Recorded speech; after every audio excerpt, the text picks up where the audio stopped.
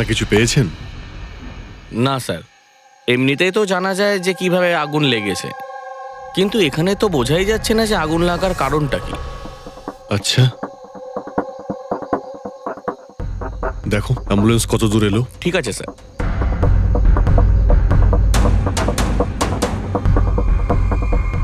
খুব বাজেভাবে ঝলসে গেছে। অদ্ভুত ব্যাপার, জানতেই পারা যাচ্ছে না যে আগুনটা কি করে লাগলো।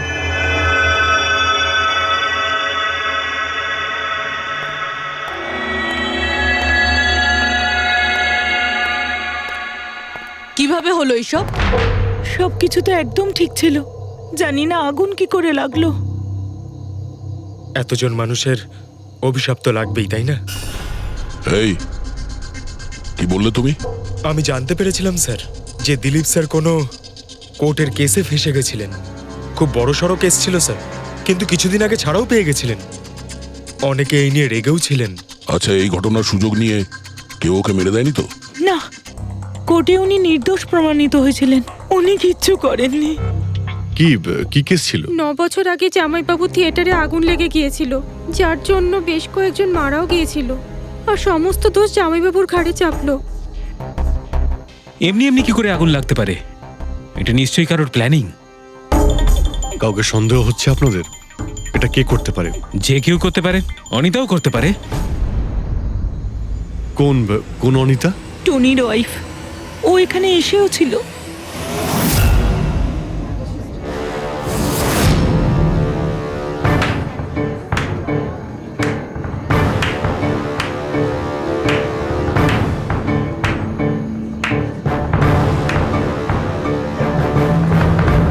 অনিতা,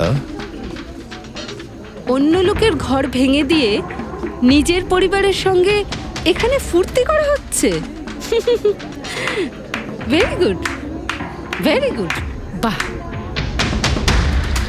কিন্তু একটা কথা মনে রেখো, ওই লোকগুলোর মতো তোমরাও ছটফট করে মরবে। সিকিউরিটি, এই চুপ, একদম চেঁচাবি না। বের করো একে বাইরে, বের করো। চলুন ম্যাম, বাইরে চলুন। আউট। মনে হচ্ছে তোদের কি পরিণতি হবে তা নিয়ে কোনো মাথা ব্যথা নেই। তোদের খারাপ সময় শুরু হয়ে গেছে, মনে রাখিস। তুই আমার টনির সাথে যা করেছিস না, মনে রাখিস এরপরে তুই আর বেশি দিন বাঁচবি না, শুনেছিস? তুই এই নিয়ে যাবে কে? তুই আর বাঁচবি না, নরকে যাবি তুই। আর তাকিয়ে দেখছো কি? নিয়ে যাবে কে? তোকে নরক যন্ত্রণা ভোগ করতে হবে, ছটফট করে মরবি তুই, মনে রাখিস। আরে যা।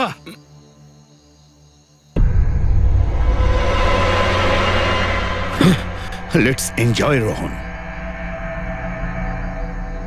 আরে ভুলে যাও।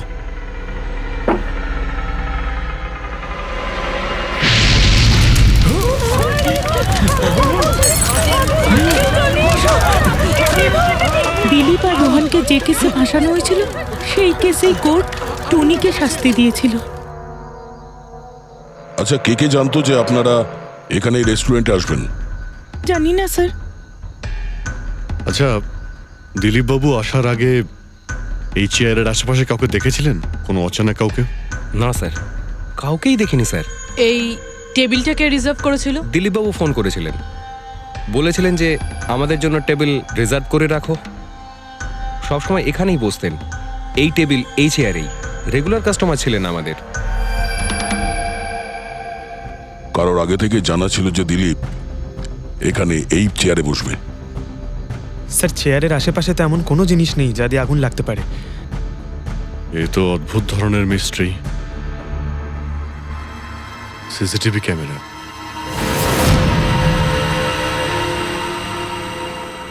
এর ফুটেজ থেকে জানতে পারা যাবে কি হয়েছিল এখানে। ও মাই গড, এসব কিভাবে হলো? কে করতে পারে এসব? ওই করেছে যে দিলীপকে খুন করেছে প্রমাণ লোপাটের জন্য। আর যে কেউ কিভাবে এই মনিটর রুমে চলে এলো? তোমার সিকিউরিটি কোথায়? স্যার, এই রুমে সিকিউরিটির কোনো প্রয়োজনই হয় না। এর আগে এরকম কখনোই হয়নি স্যার। স্যার স্যার, আমার মনে হয় না সিসিটিভি ফুটেজ ডিলিট করার মতো সময়ের কাছে ছিল। ও শুধু ভাঙচুর করেছে। যদি আমরা কোনো এক্সপার্টকে ডাকি স্যার, তাহলে সে হয়তো হার্ড ডিস্ক থেকে রিকভার করতে পারবে।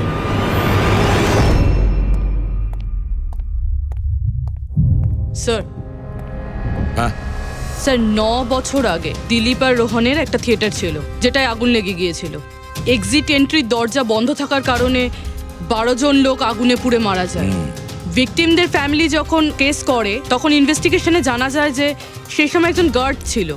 হ্যাঁ, টনি। হ্যাঁ স্যার। স্যার কোর্টে এটা প্রমাণ হয়ে গিয়েছিল যে টনি অনেক মদ খেয়েছিল, আর মদের নেশায় সে এতটাই চুর ছিল যে ইমার্জেন্সি এক্সিটের দরজাও খুলতে পারেনি। হ্যাঁ, কিন্তু এই টনির স্ত্রী অনিতা এটা মানতে রাজিই নয় যে ভুলটা টনি করেছিল। স্যার শুধু উনিই নন, অনেক আর্টিকেল এবং নিউজ পেপারও কিন্তু কোর্টের সিদ্ধান্তের ব্যাপারে কথা বলেছিল। যখন এই ঘটনাটা ঘটেছিল তখন দিলীপ আর রোহনের বিরুদ্ধে সলিড এভিডেন্স ছিল, কিন্তু তারপর কেস চলতে থাকলো। 9 বছর হয়ে গেল। কিছু প্রত্যক্ষদর্শী বয়ান বদলে দিল, আর কিছু লোক বাইরে চলে গিয়েছিল। স্যার, দিলীপ আর রোহন নিশ্চয়ই টাকা আর ক্ষমতার অপব্যবহার করেছে, আর এই কথাটা নিশ্চয়ই টনি জানতে পেরেছিল। ওই হয়তো পাঠিয়েছে অনিতাকে দিলীপকে মারার জন্য। কিন্তু ফেডরিক, যখন অনিতা ওখানে ছিলই না, তাহলে আগুন লাগালো কি করে? না না, সিকিউরিটি লোকেরা তো ওকে বাইরে বের করছিল ওই রেস্টুরেন্ট থেকে। এমন কি জিনিস ছিল যার জন্য হঠাৎ করে আগুন লাগলো? স্যার হয়তো ডক্টর সালুংখে আমাদের কোনো হেল্প করতে পারে। না হলে অনিতা।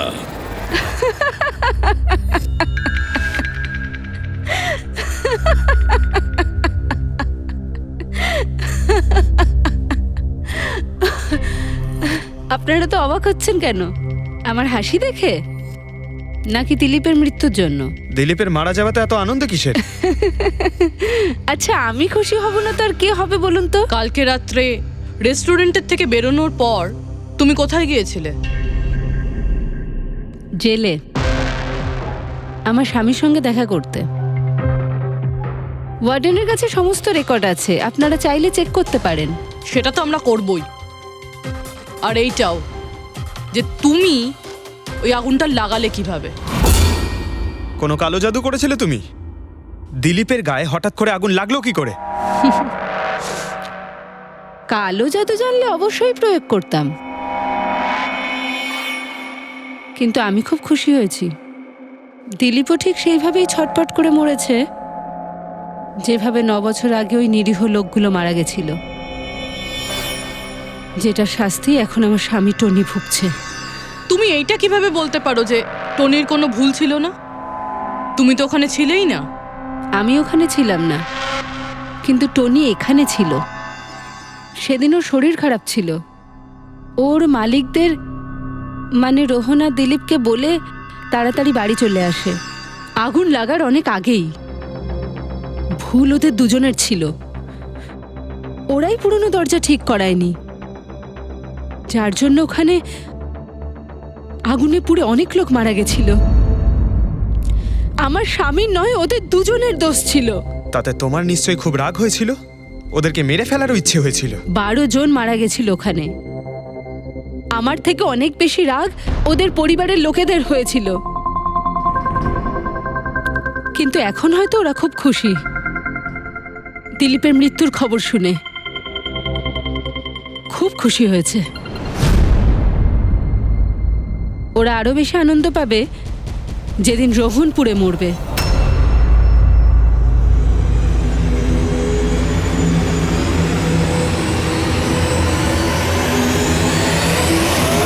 স্যার 42 জন আছে, ওই 12 জন ভিকটিমের কাছের আত্মীয় আর ফ্যামিলির লোকেরা মিলে। সাসপেক্ট বেশি আর সময় কম। স্যার, এই 42 জন লোকের মধ্যে সবার আগে সেই সমস্ত লোকেদের নাম সরিয়ে দিতে হবে যারা কালকে দিলীপের মৃত্যুর সময় শহরে ছিল না। স্যার 9 বছর হয়ে গেছে এই ব্যাপারটার। হয়তো অনেক মানুষ দেশ ছেড়েও চলে গিয়েছে, আর কিছু লোক হয়তো এই পৃথিবীতেই আর নেই। তারপরেও খোঁজ তো নিতে হবে। দেখো কজন শহরে ছিল যখন দিলীপের মৃত্যু হয়।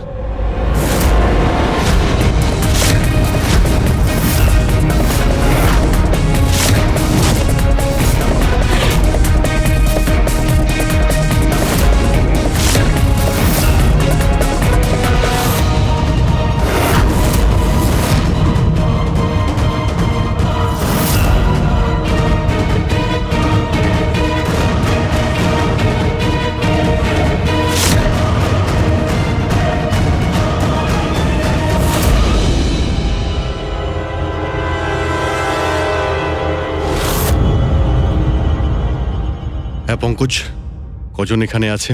27 জন স্যার, যারা সেই সময় শহরে ছিল, আর ওদের দিলীপকে মারার কারণও ছিল।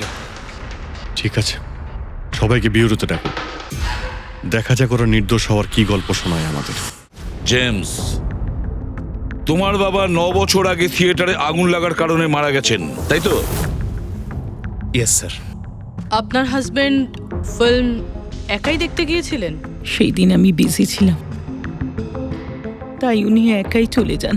কালকে রাত্রে কোথায় ছিলে তুমি? স্যার আমি আমার বন্ধুদের সঙ্গে ছিলাম। স্যার আমি পাসপোর্ট অফিসে গেছিলাম। ওই দুজনকে আমি এমনি এমনি ছেড়ে দেব না। তো কি করেছিলে তুমি? ভেবেছিলাম যে দিলীপের সাথে ফেস টু ফেস দেখা করব, আর ওকে জিজ্ঞেস করব যে তুমি এরকম কেন করলে। স্যার তারপরে আমি আমার বন্ধুদের সাথে বাড়িতে যাই। আমি আমার ওয়াইফের সাথে মলে ছিলাম। স্যার আমার বন্ধুদের জিজ্ঞাসা করতে পারেন। স্যার যদি ওর সাথে আমার দেখা হতো তাহলে ও রেস্টুরেন্টে বেঁচে ফিরতো না। দিলীপ ওর কর্মের শাস্তি পেয়ে গেছে। আমি রেস্টুরেন্ট থেকে জানতে পারলাম যখন যে দিলীপের সাথে কি হয়েছে, তখন মনে শান্তি পেলাম স্যার। আর বাকি থাকলো রোহন, ও তার কর্মের শাস্তি নিশ্চয়ই পাবে। এবার এই 27টা নামের মধ্যে তাদের নামগুলো রেখে দাও যারা ঘুরিয়ে ফিরিয়ে উত্তর দিচ্ছিল, আর যারা নিজেদের উত্তর অনেক আগে থেকেই তৈরি করে রেখেছিল।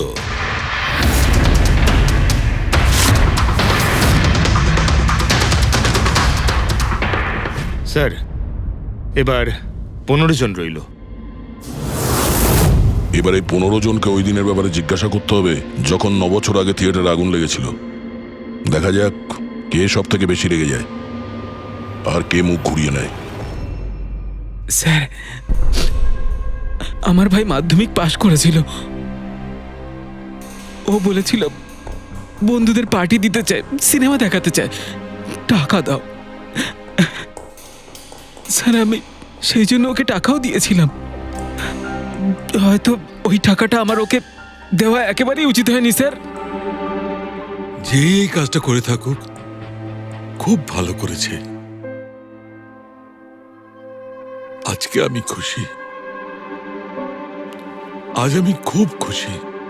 কুমারবাবু, আপনি ইউনিভার্সিটিতে ফিজিক্সের প্রফেসর, তাই তো? Yes sir, head of the department physics. কিন্তু আমার নিজের ছেলেরই পড়াশোনায় কোনো ইন্টারেস্টই ছিল না।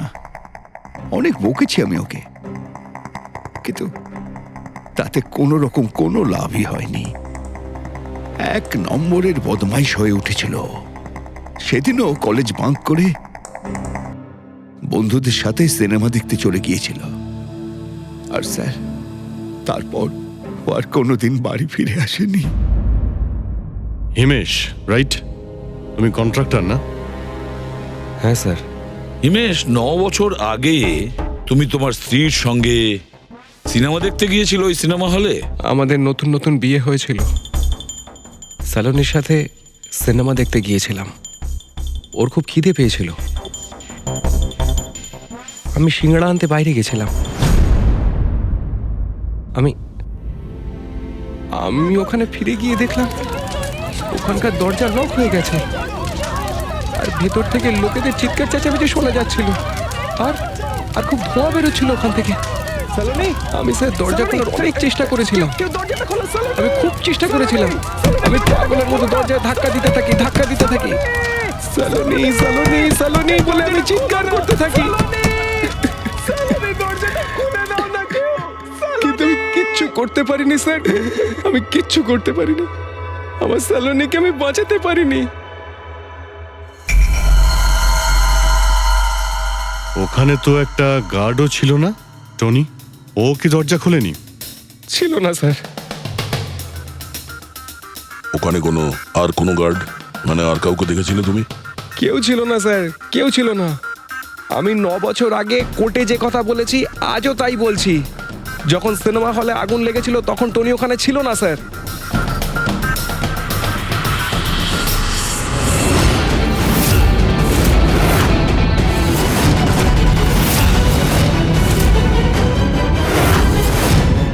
স্যার এই হলো আমাদের 15 জন সাসপেক্ট যারা দিলীপকে খুন করতে পারে। স্যার পুলিশ বলছিল যে ফায়ারম্যানরাও বলতে পারেনি যে আগুনের এক্স্যাক্ট সোর্সটা কোথায় ছিল। ওরা তো দেখা মাত্রই জানতে পেরে যায়, তাই না? জানতে পেরে যায়, যে ওখানে এমন কি জিনিস ছিল যাতে আগুন ছড়িয়ে পড়ে, কিন্তু ওরা জানতে পারেনি।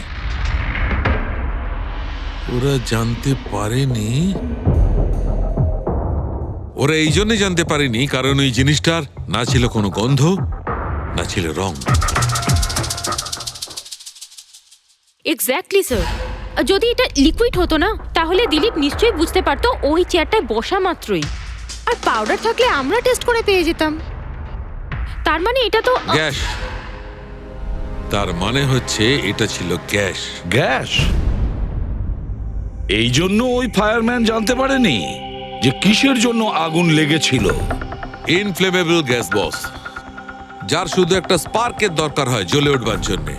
কিন্তু একটা কথা বুঝতে পারছি না, দিলীপ যে চেয়ারে বসেছিল সে চেয়ারে গ্যাস আসলো কোথা থেকে? চেয়ার থেকেই। কি চেয়ার থেকে? সেটা এইভাবে বস, যে চেয়ারে দিলীপ বসেছিল তার নিচের অংশে কেউ ওই ইনফ্লেমেবল গ্যাসকে স্প্রে করেছিল। মারা যাওয়ার সময় দিলীপের সংস্পর্শে দুটো জিনিস ছিল। একটা তো এই চেয়ার যেটাতে ও বসেছিল, আর একটা ওয়াইনের গ্লাস যেটা ও হাতে ধরেছিল। আমরা এই দুটো জিনিসই চেক করেছি। তো এই চেয়ারটার থেকে আমরা ইনফ্লেমেবল গ্যাসের কিছু ট্রেসেস পেয়েছি। বস, আমাদের আশেপাশের পরিবেশে সর্বদা জ্বলনশীল পদার্থ ঘুরে বেড়ায়, যেটা কখনো কখনো স্পন্টেনিয়াসলি জ্বলে যায়। যেমন হচ্ছে মাস গ্যাস, একটা ন্যাচারাল বায়োগ্যাস, আর জ্বলনশীল গ্যাস এর মেইন কম্পোনেন্ট। তার মানে ইনফ্লেমেবল গ্যাস যে কোনো সময় হাওয়াতে এমনি এমনি জ্বলে উঠতে পারে? না ফ্রেডি, নিজে নিজে নয়। যখন পরিবেশটা খুব বেশি উত্তপ্ত হয়ে ওঠে আর সেটা পরিবেশের অক্সিজেনের সঙ্গে মিশে যায়, তখন একটা সুপার হাই টেম্পারেচার উৎপন্ন হয়, যার কারণে এই আগুন লেগে যায়। কিন্তু ডক্টর সালুখে, ওখানে তো এরকম কোনো হাই টেম্পারেচারের মতো কিছু ছিলই না। এক্স্যাক্টলি, এমন কোনো ডাইরেক্ট সোর্স ছিলই না যাতে তাপ উৎপন্ন হতে পারে। বস, এই জন্যে আমার মনে হচ্ছে খুনি কোনো এক্সট্রা ডিভাইস ব্যবহার করেছিল এই এত বেশি টেম্পারেচার উৎপন্ন করার জন্য। আর এই চেয়ারটা তো রেডিই ছিল, এর তো শুধু একটা স্পার্কের দরকার ছিল। কিন্তু স্যার, এভাবে কেউ হিট কিভাবে উৎপন্ন করবে? হ্যাঁ, করা যেতে পারে তো। যেমন উদাহরণস্বরূপ ম্যাগনিফাইং গ্লাস। ম্যাগনিফাইং গ্লাস দিয়ে সূর্যের রশ্মিকে বিশেষভাবে ফোকাস করে আমরা ছেলেবেলায় কাগজ পড়াতাম।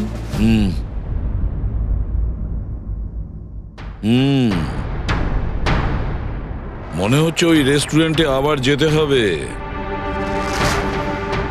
খোঁজ নিতে হবে কিসের থেকে আগুনটা লেগেছিল।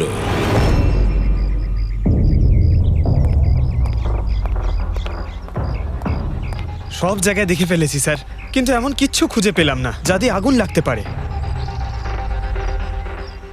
আর এটা ওপেন এয়ার রেস্টুরেন্ট। যখন খুনি দিলীপের চেয়ারের নিচে ওই ইনফ্লেমেবল গ্যাস স্প্রে করেছিল, কেউ তো দেখেছিল। সেটাই তো, চেয়ারে হঠাৎই আগুন লেগে যায় আর দিলীপ পুড়ে মারা যায়। কেউ কিছু দেখেনি, আর না আমরা কোনো প্রমাণ পাচ্ছি। স্যার,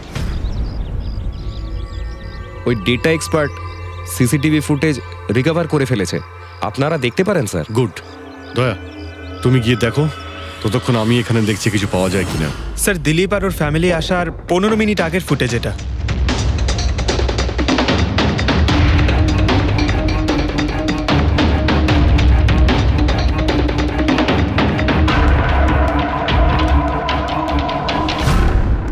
এ চেয়ার চেঞ্জ করছে।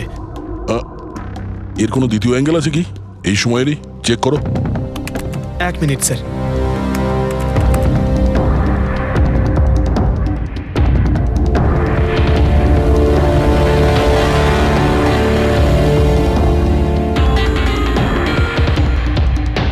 ও চেয়ারটার সঙ্গে কি করছে? গ্যাস স্প্রে করছে নাকি? হ্যাঁ, ও নিজের চেয়ারে গ্যাস স্প্রে করলো, আর ও নিজের চেয়ারের সঙ্গে ওই চেয়ারটা বদলে দিল যেটায় দিলীপ বসতো।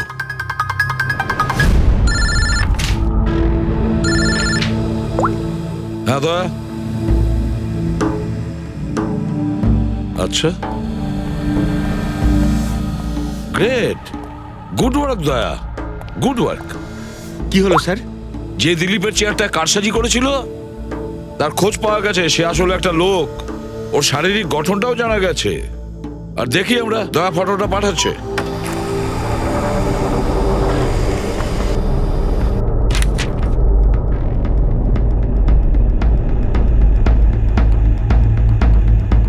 খুনি এই বাকি লোকগুলোর মধ্যেই কেউ একজন, এদেরই মধ্যে কেউ। আর এবার এর পরের শিকার রোহান।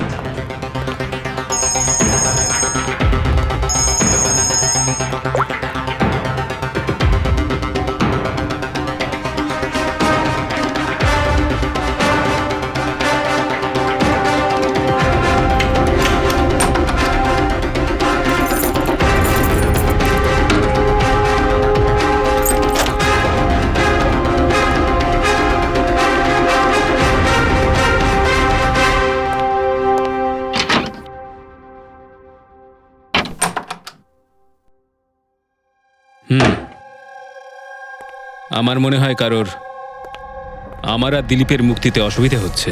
আমার প্রাণে ঝুঁকি আছে এখানে। I talk you later, bye. Sir, everything is okay. All right, তুমি এখানেই থাকবে আর কাউকে ভেতরে ঢুকতে দেবে না। B alert, okay? Okay sir.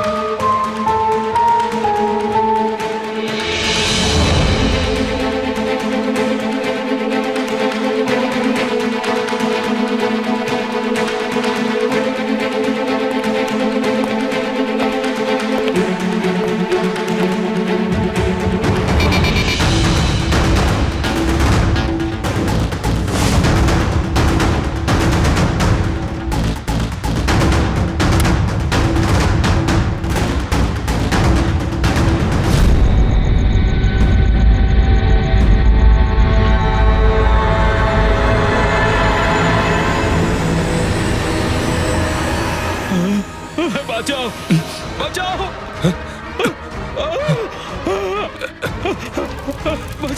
বাঁচাও, বাঁচাও, বাঁচাও ওকে, জল দাও, জল, বাঁচাও, বাঁচাও, বাঁচাও। স্যার, আসি স্যার। স্যার, স্যার, এক মিনিট স্যার।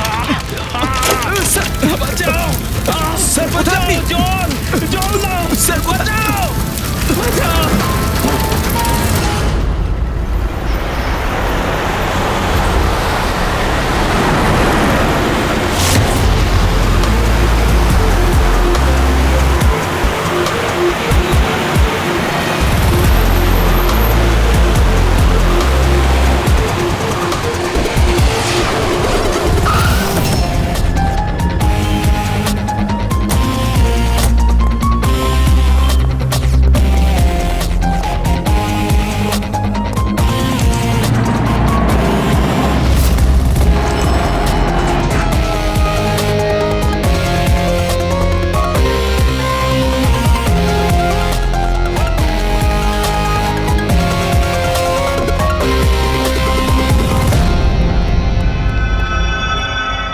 My God!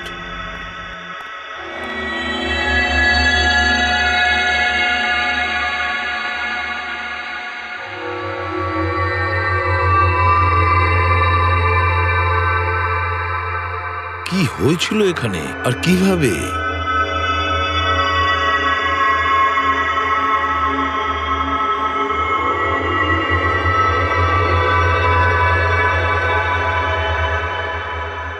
এখানে আর অন্য কোনো জিনিসের স্মেল পাওয়া যাচ্ছে না, শুধু এই পোড়া লাশটার দুর্গন্ধ ছাড়া। মানে স্যার, এই মার্ডারটাও ইনফ্লেমেবল গ্যাস দিয়েই করা হয়েছে হয়তো। এসব হলো কিভাবে? হ্যাঁ স্যার, আসলে আমি রোহন স্যারের বডিগার্ড। আচ্ছা, তাহলে আপনারা কোথায় ছিলেন যখন এসব হলো? স্যার, রোহন স্যার আমাকে বাইরে পাহারা দিতে বলেছিলেন। তার কিছুক্ষণ পরেই আমি ওনার চিৎকার শুনতে পেয়ে ওনার রুমের দিকে দৌড়ে আসি আর দেখি দরজার চারদিক থেকে ধোঁয়া বেরোচ্ছিল। আমি অন্য চাবি দিয়ে দরজা খুলে ভিতরে যাওয়ার পর দেখলাম যে স্যার ততক্ষণে রোহন স্যার পুড়ে গেছেন। আপনারাও কেউ কিছু জানেন না? অদ্ভুত ব্যাপার, রুমের মধ্যে কোনো সূত্র পাচ্ছি না, শর্ট সার্কিট হয়নি, পর্দাটা ভেতর থেকে বন্ধ, এই উইন্ডোজটা পার্মানেন্টলি ক্লোজড, কেউ বাইরে থেকে ভেতরেও আসতে পারবে না, আর বাইরে থেকে ভেতরে কোনো ভিউও নেই, কেউ দেখতেও পাবে না। তাহলে লোকটা মরলো কিভাবে? এটার থেকে আগুন লেগেছে বস।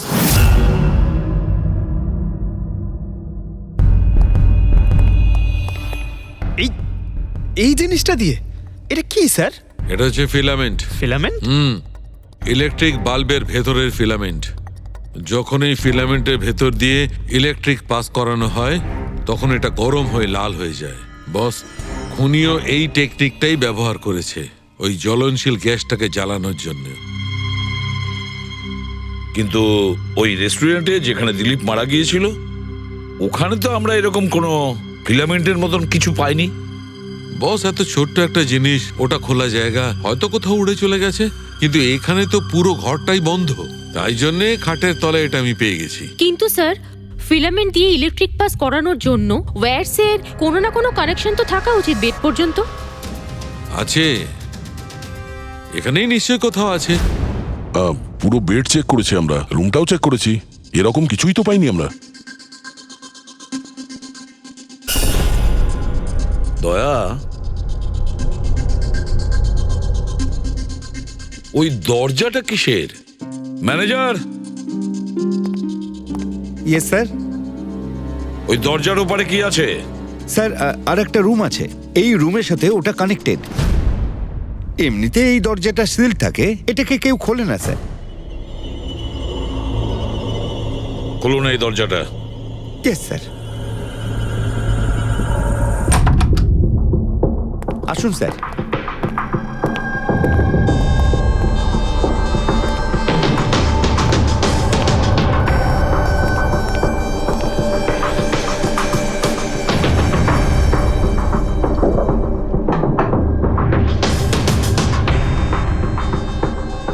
আচ্ছা ম্যানেজার বাবু, কার রুম এটা? কে থাকে এই রুমটাতে? কোনো একজন গেস্ট স্যার, ডিটেলস চেক করতে হবে। দেখুন। Okay sir.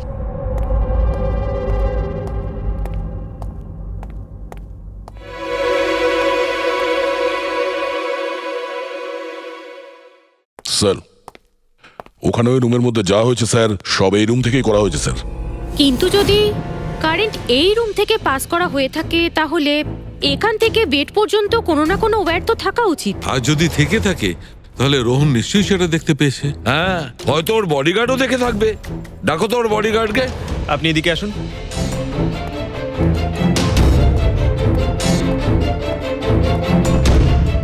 একটা কথা বলো, যখন তুমি রোহনের ঘরে এসেছিল তখন কোনো তার দেখেছিলে এখানে এই দরজা থেকে ওই রুম পর্যন্ত? কোনো কিছু? না স্যার, রোহন স্যার এই রুমে ঢোকার আগে আমি এই রুমটাকে খুব ভালো করে চেক করেছিলাম, কিন্তু তার বা সেরকম কিছু আমার চোখে পড়েনি। ঠিক আছে, যাও তুমি। যাই হোক না কেন দয়া, খুনি এই দরজাটা ব্যবহার করেছে। এই দরজা দিয়ে রোহনের রুমে আসে আর রোহনের বেডে ইনফ্লেমেবল গ্যাস স্প্রে করে, আর যে কোনো ভাবেই হোক ফিলামেন্টে কারেন্ট দিয়ে দেয়, তাতে ফিলামেন্ট গরম হয়ে যায় আর ইনফ্লেমেবল গ্যাসে আগুন ধরে যায়, আর তাতে রোহনের মৃত্যু হয়। বস, একটা কথা কিন্তু ঠিক, খুনি যেই হোক না কেন তার ইলেকট্রিক আর কেমিক্যাল সম্পর্কে খুব ভালো জ্ঞান আছে। প্রফেসর কুমার, ফিজিক্সের প্রফেসর কুমার, ওর থেকে আর কে বেশি জানতে পারে এই ব্যাপারে? দয়া, স্যার, ওই প্রফেসর কুমারের সঙ্গে দেখা করো। স্যার। দয়া, আমিও যাব তোমার সঙ্গে।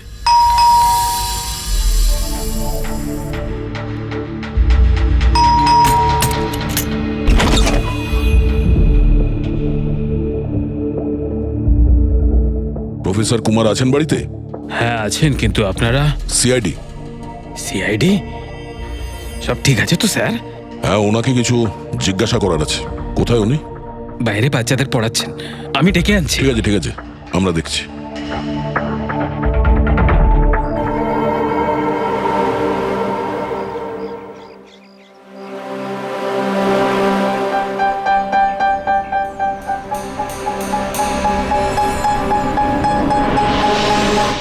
মিস্টার কুমার, আপনার কাছে আমাদের কিছু জিজ্ঞাসাবাদ আছে। বলুন, কি জানতে চান?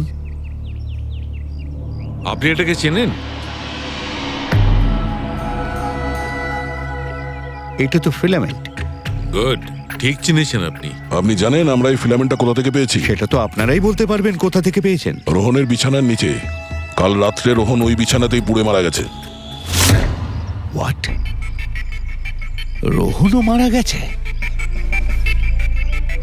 কাল রাত্রে আপনি কোথায় ছিলেন? রাত 9টা থেকে ভোর 3টে পর্যন্ত। আপনারা আমাকে সন্দেহ করছেন? এটা আমাদের প্রশ্নের উত্তর হলো না মিস্টার কুমার। কাল আমি সারা দিন আর সারা রাত্রি বাড়িতেই ছিলাম। কোনো প্রমাণ? আগে আমার কাজের লোক রামু আর বিকাশ, প্লিজ কাম হিয়ার।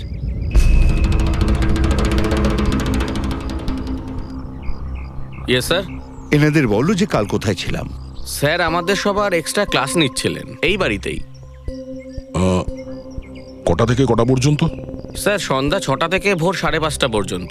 সামনেই আমাদের এক্সাম, তাই আমরাই স্যারকে রিকোয়েস্ট করেছিলাম এক্সট্রা ক্লাস করানোর জন্য। ঠিক আছে স্যার, তুমি যাও বাবা।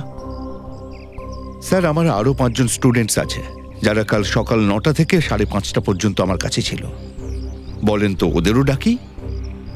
ঠিক আছে, এবার আমি যেতে পারি স্টুডেন্টদের পড়াতে? Please please. Thank you.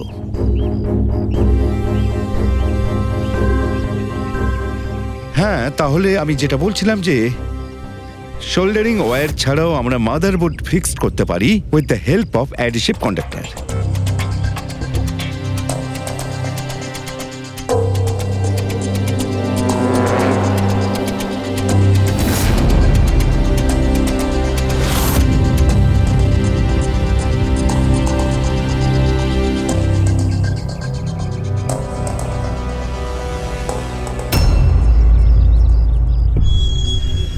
My god, my god! আরে ভাই, কি ব্যাপারটা? কি?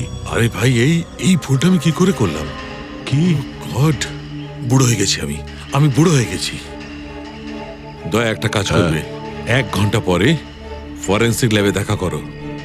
একটা জিনিস দেখাবো। 1 ঘন্টা পরে। আরে ওই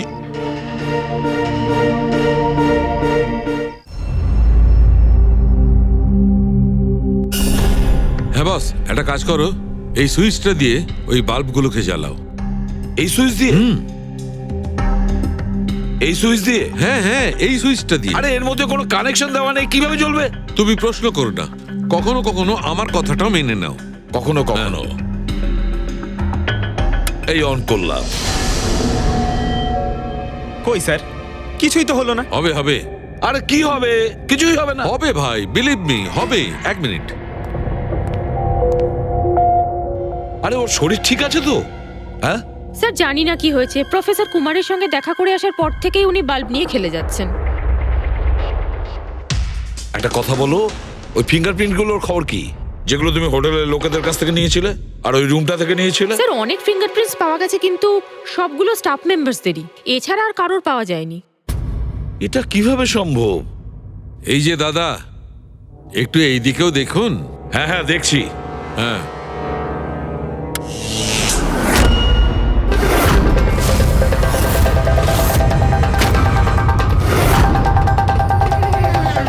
আরে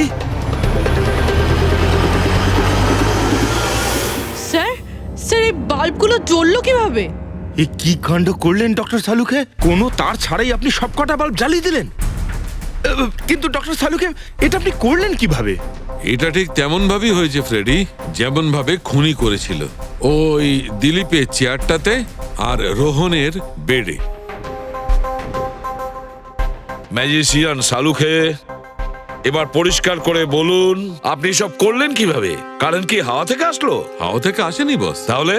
কারেন্ট এসেছে ইলেকট্রিক পেইন্টের সাহায্যে।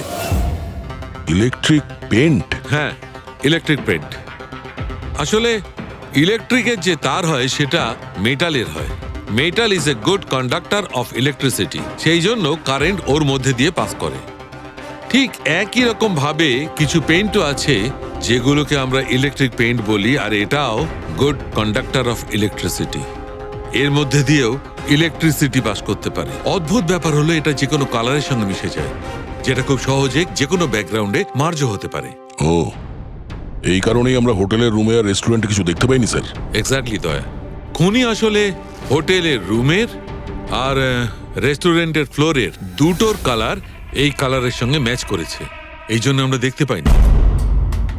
তার মানে ইলেকট্রিক কারেন্ট, এই ইলেকট্রিক পেন্ট, এটা কি খুব সহজেই পাওয়া যায়? হ্যাঁ, পাওয়া যায়। আসলে এটা ইলেকট্রিক সোল্ডারিং আর রিপেয়ারিং এর কাজে লাগে। আর এটা সবচেয়ে বড় বিশেষত্ব হলো যে এটা সাধারণত খালি চোখে এটা দেখা যায় না, শুধুমাত্র ইনফ্রারেড লাইটেই এটা দেখা যায়। আমি দেখাচ্ছি।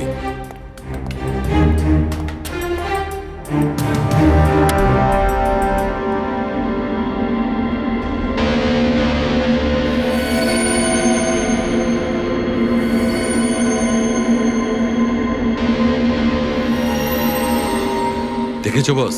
হ্যাঁ, খনিও ঠিক এইভাবেই ইলেকট্রিক পেইন্টের ব্যবহার করেছে আর এই সার্কিট তৈরি করেছে।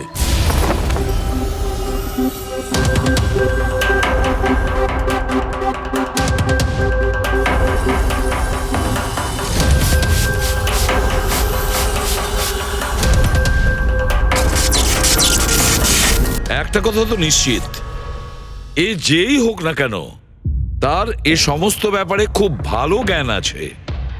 কিন্তু স্যার, এদের মধ্যে খুনিকে ওই প্রফেসরের সঙ্গে তো কথা বলে নিয়েছি স্যার, ও তো না। এই বংশী, এই লোকটা তো একজন ক্লার্ক, কিন্তু আমার মনে হয় না যে একজন ক্লার্কের সায়েন্সের ব্যাপারে এত জ্ঞান থাকতে পারে। স্যার, এদের মধ্যে সব থেকে বেশি শিক্ষিত তো ওই প্রফেসর কি মনে হচ্ছে? এটা এমন কেউ হতে পারে যেটা প্রফেসরের মতো ইন্টেলিজেন্ট নয়, অথচ এই ব্যাপারে অনেক কিছুই জানে।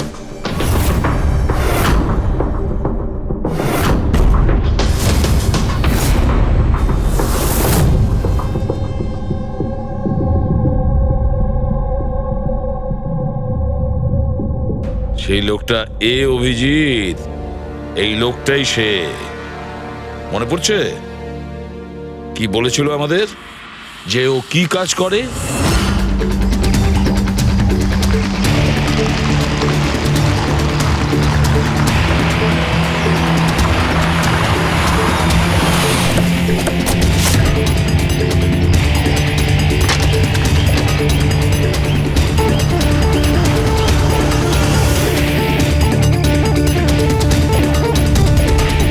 যাওয়া যাক শ্বশুর বাড়ি।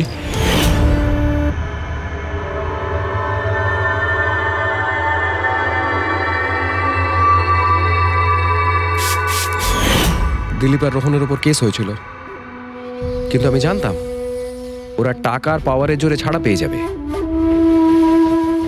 কিন্তু ওদের কাছে টাকা থাকলে আমার কাছে ছিল বুদ্ধি। অনেক মাস ধরে ওদের আমি ফলো করেছি, ওরা কোথায় যাচ্ছে, কি করছে, কার সাথে দেখা করছে, সবকিছু। আর শেষ পর্যন্ত ওদের দুজনকে মারার উপায় আমি পেয়েই যাই, ইলেকট্রিক পেন্ট আর সার্কিটের মাধ্যমে। এই দুটো জিনিসের বিষয়ে আমি খুব ভালো করে জানতাম। ব্যাস, দিয়ে দিলাম দুজনকে শাস্তি। দুজনকে মেরে ফেলেছি জ্যান্ত পুড়িয়ে, যেভাবে ওরা আমার সালোনিকে মেরেছিল। হিমেশ, তোমার স্ত্রীর সঙ্গে যা কিছু হয়েছে সেটার জন্য আমরা সবাই দুঃখিত, কিন্তু দিলীপ আর রোহনকে মেরে তুমি কি পেলে? তুমি কি ফিরে পেলে তোমার স্ত্রীকে? প্রতিশোধের আগুনে পুড়ে তুমি দুজনকে মারলে, আইন তোমাকে কোনোদিন ক্ষমা করবে না। কঠোর থেকে কঠোরতম শাস্তি হবে তোমার।